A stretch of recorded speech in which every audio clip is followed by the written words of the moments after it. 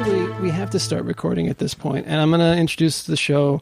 This is What the Fork. I'm Jared. I'm Jason. And the reason that we have to start the show, and we're going to reveal a special guest in a sec, but it's Jason's birthday. Hey! And because of the show that we discuss... Is that Mochi? No. I know of your hatred for Mochi. I'm going to write, for the visual record, I'm going to light a very tiny birthday candle with... But you should blow this out quickly because it's frozen yogurt because of the show. Goodness, but we're not singing happy birthday because we can't afford it. No. Oh, no, the copyrights, you can use the copyright now. But oh, really? Yeah. It's Since when? Since Warner Brothers lost the lawsuit. Oh, good. I think it's been like last year. Take that, WB. Warner Music. Says the podcast that frequently steals from NBC all the time. Hey, it's 7 seconds. So, thank you, everybody. Happy birthday, Jason. Thank you so much. I will actually recommend that you eat that. It's just birthday cake yogurt on top of a brownie with some cookie bits and sprinkles for the birthday. You effect. run, right, Jason? What's that? You run. Okay, I haven't it's since yogurt. I had a newborn. It's as okay. Let's now that we've introduced the show and given Jason his yogurt, we have our first guest ever. Carly. Ta-da! Carly from YabYum Music and Arts, YabYum West. And it's yabyumwest.com, right? YabYumWest.com. Okay. Yep. YabYum Music and Arts is just the name of the overarching And media company. Yeah. And if you're driving through the Phoenix area, you can recognize Carly by her vanity plate. I've begun calling it. I was telling Janelle when I came in, I was trying to beat everybody back here. I mentioned that I saw the YabYum mobile because I. Oh my goodness! It's so embarrassing. Like, okay, so God bless Ma. She was proud enough to express it with a vanity plate. So that was awkward, but yeah. So now people can see me leaving shows early with my, Oh, so they can They can see us leaving the shows. They can watch me jam out in my car on the way to work. So super safe. Yeah, there's a lot of car jamming. So yeah, if they're going to be like, well, who's playing that? Really, who's playing the Antwoord at like the top volume at 6 o'clock in the morning, driving on the 101? You can find out it's me because my name's on the back of the car. Yes. So yes, we'll change that eventually. I just like that there's a YabYum mobile. Yeah. Yes. Don't get me wrong, you've earned it. You do wonderful work over there. That is true. Well, we like the work. Oh my goodness! See, I knew it was going to happen. It's fine. My third mic went limp. If we had managed to postpone this just a few more days, I would have had my third set of headphones and my third desk arm. But listen, fellas, I should have gotten sick again. Yeah, we do podcasting. Don't. We do community radio. We are well familiar with the limpid mic situation. We've dealt with it. We've addressed it. I'm prepared for it. We got this. Excellent. It's the least. There's a pill for that. You know that, right? Oh boy. I just tie it up here and it's fine. Yes. But we're didn't. Yeah. So under 5 minutes in, and we got the phallic humor. Well done. Yeah. So we're big fans of the podcast that. And of course, we're huge fans of what the fork and of The Good Place. Yes. So we started watching The Good Place as soon as it came out, and I thought, like, who's going to be into this show? Like, 5 people are going to be into this show. And there are, but thankfully, what's happened? Yeah, thankfully, is that a network can take 5 people and be like, it's a succcessful enough show. I think it's more than 5. I think more than 5 people are into this show. It is, but it's it's not like Ted Danson's not seeing his Cheers numbers anymore. But nobody's seeing Cheers numbers anymore. So I was going to ask you before we got into it, Carly. We were talking about literary journals, like off mic, before we hit record, which is unusual for us. Yes, we were before I dove as quickly into phallic humor, but. Does YabYum have any like plans to go into like print at all? Or? We actually, I think I might have one with me. We did. You did the magazine. That's right. So we're doing a quarterly zine, but it's like it's like a zine, like a music zine, like a we like. Would it be comparable to like the one that Amoeba does, which I always love picking up whenever I'm in or near an Amoeba? I certainly hope so. We're not gonna perhaps put the bar there right now. We did our first issue. We're very excited about it. Yeah, I did read that and I did enjoy it. So of course, I'm biased because I make a brief appearance in it. Indeed. Do you make a brief appearance in it as well, Jared? I don't know. We did this Where Writers Write section where we kind of asked some local notables in the Phoenix I didn't community. have an answer for you. Oh, you didn't have I didn't have an answer because I honestly, probably over the last couple of years, the place I write most frequently and least safely is trying to watch the road and driving with my left hand while I try to jot down. I just told you down before we started that I'm notebook. reading J.G. Ballard right now. That like, if we could not talk about car accidents, Yes. I'd be more comfortable. Which, by the way, I want to borrow that when you're done, if that's okay. Oh yeah, it's fine. I remember me and Amy Young were talking about that book. It's a good book, but it definitely is. It's pretty jarring, especially when you have that drive from Chandler to Phoenix to be here for the podcast tonight. And have you seen the movie? Yes, with James Spader, of course. Yes, indeed. So, for those who haven't picked up on the, Curly is reading Crash by J.G. Ballard, which was made into a 1998 movie. Was it Cronenberg? It was Cronenberg. Yeah. That was my gateway into Cronenberg. Really? Yeah. Not like The Fly or something? No. It's complicated. I love David Cronenberg. Videodrome is one of my favorite movies ever. I have not seen The Fly.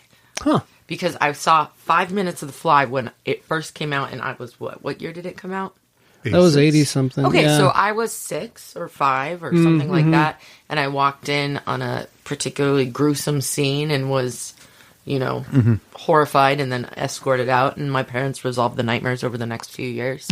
But, so that was a movie that I never really went back to, but I'm such a Cronenberg fan, and I was like, you should probably do that. At some point. Add that to your list. It was a really long time before I could watch Indiana Jones and the Temple of Doom, because I saw that at a very young age, and there was something about like the combination of the monkey brains and the like reaching into the chest and pulling out Harrison Ford's heart and all of the like. There was something about it that was.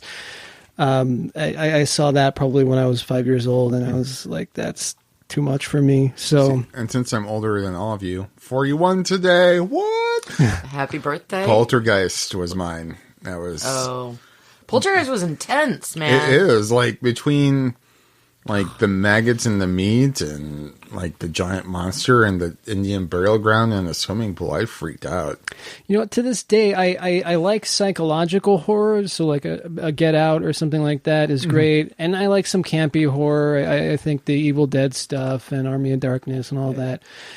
But like straight horror, I can't do. There's for some reason I'm just not. I've never been a big gore fan, and I'm in the same boat. But Poltergeist and some of these other movies walk that borderland between like outright horror, because you're not like seeing people being executed or tortured. Sure. Or, it's very psychological. There's a kid trapped in a TV. It's tormenting, but it's not gory. Hereditary is the same way. It just got.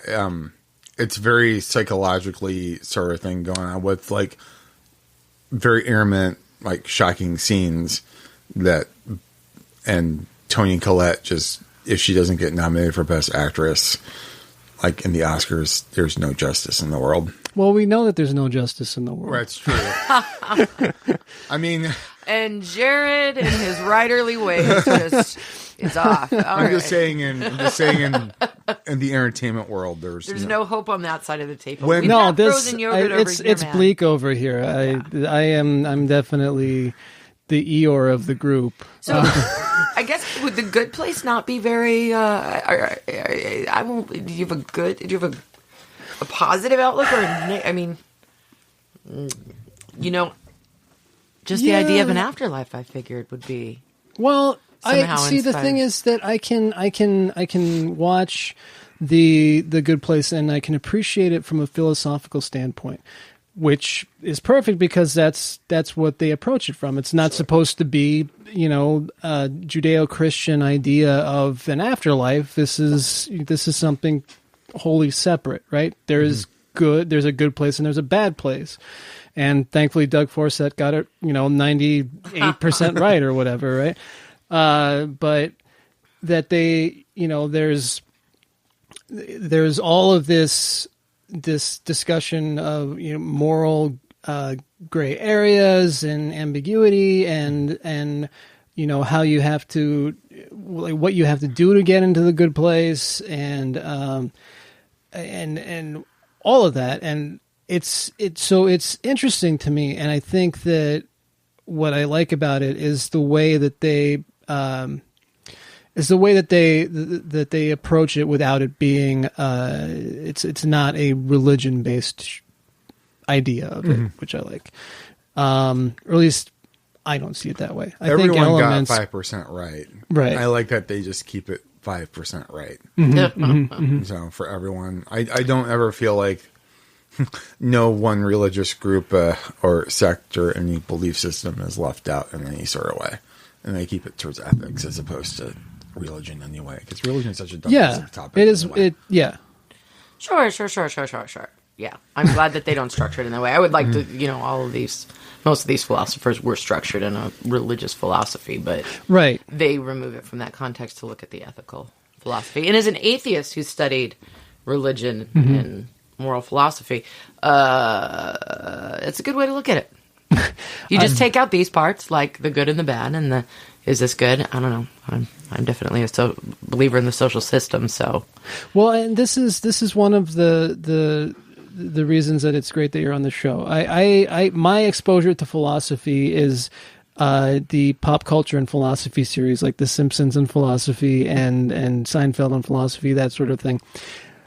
And then what I've picked up from my mom, who got her degree in philosophy and got master's in law and was working on a PhD in philosophy also.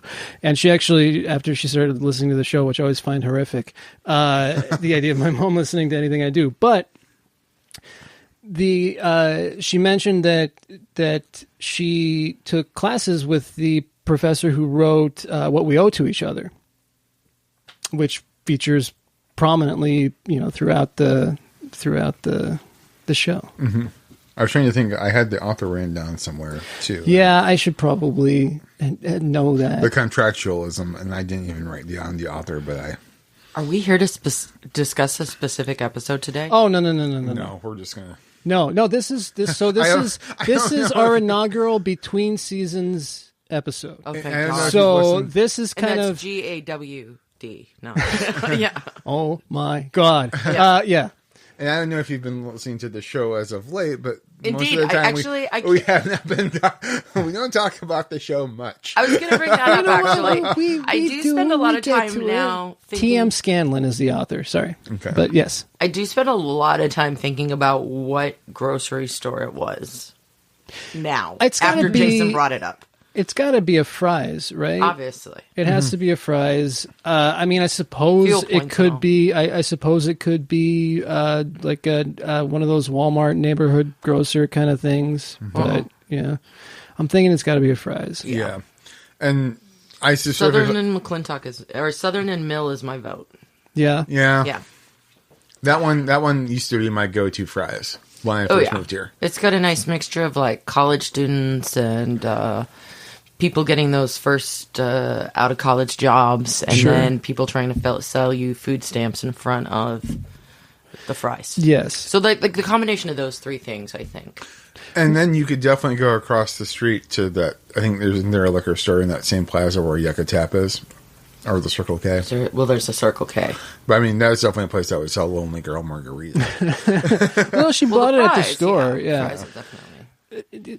I think that's an interesting, that's something that we've actually never hit on before specifically, is how do you guys feel about the portrayal of Phoenix in The Good Place? I think it's always funny when people in the arts